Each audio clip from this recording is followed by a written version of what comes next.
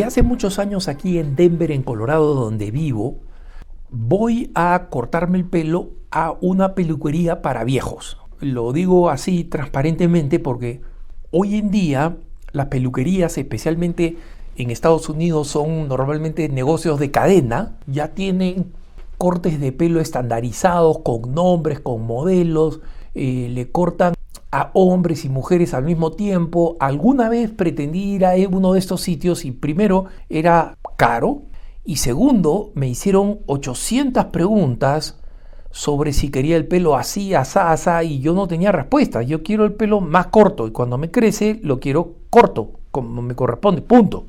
Entonces yo tenía un buen barbero, o sea, uno de esos peluqueros donde solamente vamos hombres y hombres ya mayores, ¿no? Entonces tú solamente vas y dices un regular, ¿no? O sea, quiero un corte normal. Ya saben cómo cortarte el pelo. Pero este amigo, un hispano, su negocio no pudo sobrevivir a la pandemia, lamentablemente. Entonces, inmediatamente después encontré otro que es igual de bueno o mejor.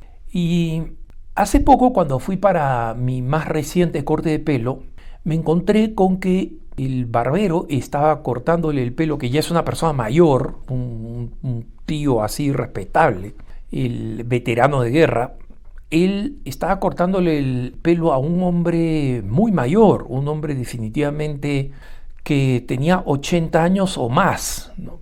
Y aquí en el oeste de los Estados Unidos no es raro ver a estas personas ya muy mayores, pero todavía recias por la vida del campo, por la vida de lo rudo que puede ser aquí en las montañas, con el frío, la sequedad, el calor, la nieve, los inviernos duros. Entonces hacen a la gente un poquito más dura, ¿no? Más austera y tienden a vivir más. Entonces vi a este señor y había otro caballero, yo diría que pasaba los 50 años y que estaba sentado, supuse yo, esperando el siguiente turno. Entonces, como solamente estaba este barbero, Kurt, yo esperaba que, bueno, tengo que esperar que le corten el pelo al que le están cortando el pelo, luego a este siguiente caballero, aunque tenía poco pelo, yo dije, no sé por qué viene a cortárselo, pero pues, cada uno tiene sus gustos. Y resulta que no, que este señor se puso de pie, el que le estaban cortando el pelo, la persona bastante mayor, y ahí comprendí cuando el hijo se paró que el hijo era un hombre con discapacidades. Y el papá de 80 años o más estaba cuidando de él y no se apartaba de él, lo tenía ahí al costado y subieron a su vehículo y se fueron. Y me tocó a mí inmediatamente el turno a cortarme el pelo y yo me puse a pensar cómo una persona que alguien debería estar cuidando, ¿no?, a esa edad, a pesar de, digamos, de la evidente, digamos, autonomía, independencia que tenía este caballero bastante mayor, pero ya tenía, digamos, si quieren, el derecho, por así decirlo, de que sus hijos estuvieran cuidando de él. Y no, él era el que estaba cuidando a un hijo con una discapacidad. Y yo pensaba, cuando este señor tuvo a este hijo de bebito y descubrió que tenía una discapacidad, ¿qué pensó? Y conociendo a otros grandes amigos que tienen hijos con alguna limitación, con alguna capacidad diferente, especialmente mental, yo me ponía a pensar en el ejemplo increíble que estos padres dan de amor, porque algunos de estos amigos, por ejemplo, ya son mayores que yo, ya se han retirado, y sin embargo de la paternidad no se han retirado, de la paternidad. Y claro, ningún papá, ninguna mamá se retiran de la paternidad, pero los hijos adultos se vuelven completamente autónomos, ¿no? Y los nietos son un regalo porque el abuelo, a diferencia del papá, o la abuela, a diferencia de la mamá, pueden darse el gusto de simplemente engreír, pues, ¿no? Porque ahora son abuelos, tienen otro papel en la vida.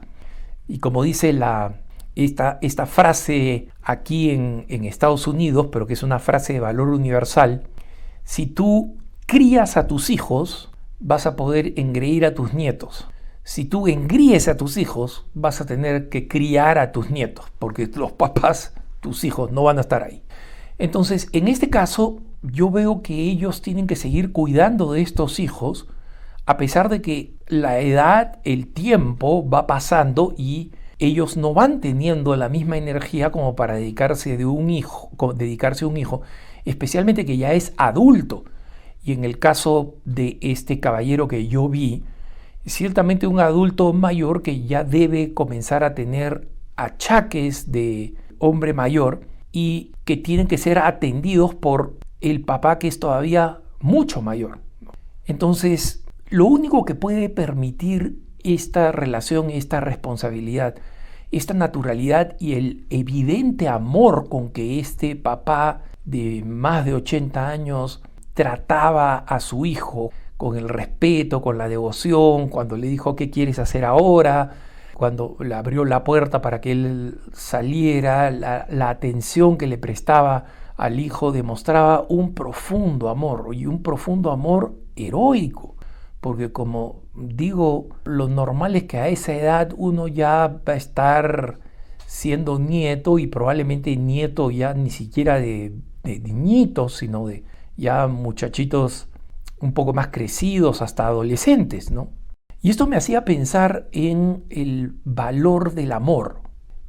Una vez un sacerdote mexicano me decía que él conocía a una señora muy, muy pobre que tenía un hijo con discapacidades mentales y físicas, no podía caminar, y vivía en una zona muy pobre donde vivían en la tierra, o sea, no había posibilidad de tener piso llano, vivían en una especie de colina.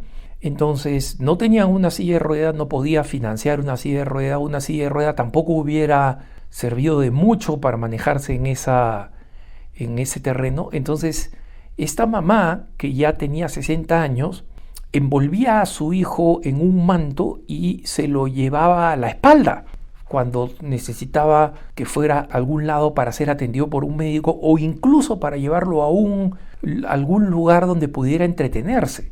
Y este sacerdote me decía, mira, es increíble el amor, porque cuando yo le pregunté a esta señora si ahora que ya no era joven, si no le costaba llevarse el hijo al hombro con el peso de un adulto, claro, un adulto físicamente muy disminuido, pero adulto. Y si es una mujer bajita y mayor, y este sacerdote amigo me dice que la mujer, que esta señora lo miró como diciendo, ¿qué importa si me cuesta cargarlo? Es mi hijo. Es decir, el amor era tan real, tan genuino, que el costo, la dificultad, el peso de sobrellevar esta situación no tenía importancia para ella. El amor era primero.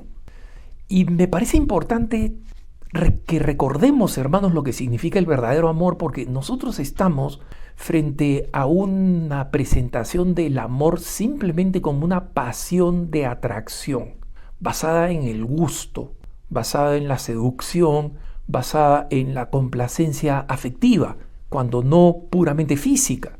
Y estos matrimonios que han durado tanto y donde no solamente han tenido que soportarse y ayudarse con los defectos de un lado y del otro, sino que lo que ha hecho el tiempo es hacer que se amen más, donde al hombre no le importaba la disminución física en apariencia de la jovencita bella con la que había contraído matrimonio y de la que se había sentido atraída, al punto que no necesitaba buscar carne fresca, para ponerlo de manera denigrante, porque lo es, y una mujer que no se intimidaba de ver que el amor de su vida estaba perdiendo facultades, que se olvidaba de las cosas, que necesitaba cada vez más ayuda, y nada de esto se volvía pesado.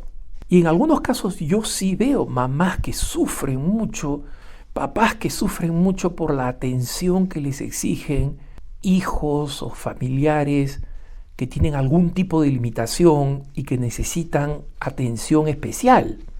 Sufren por el cansancio, por la fatiga y de verdad necesitan el apoyo del resto de la familia y de la comunidad.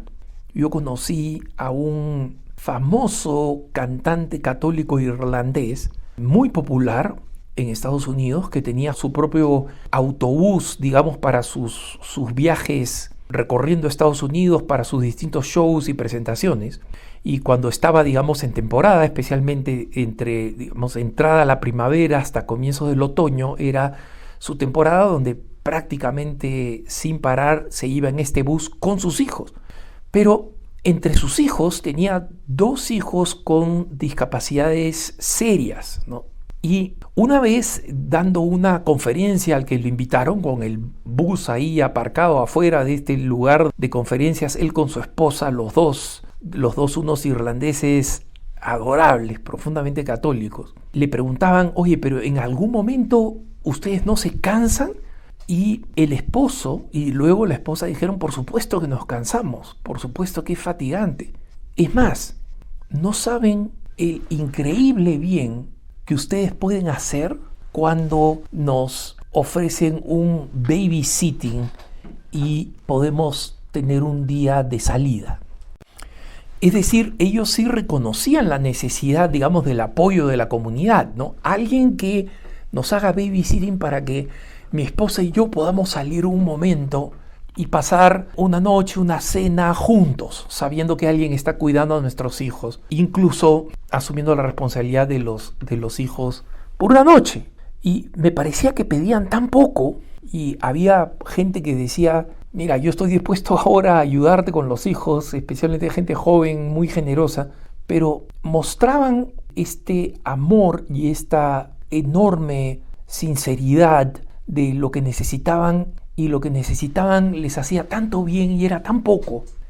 Y creo que vale la pena que nosotros recordemos lo que realmente significa el amor, el auténtico amor, el amor cristiano. Como la primera característica del amor no es la atracción ni la pasión, es el carácter sacrificial, es la capacidad de sacrificarme por el otro.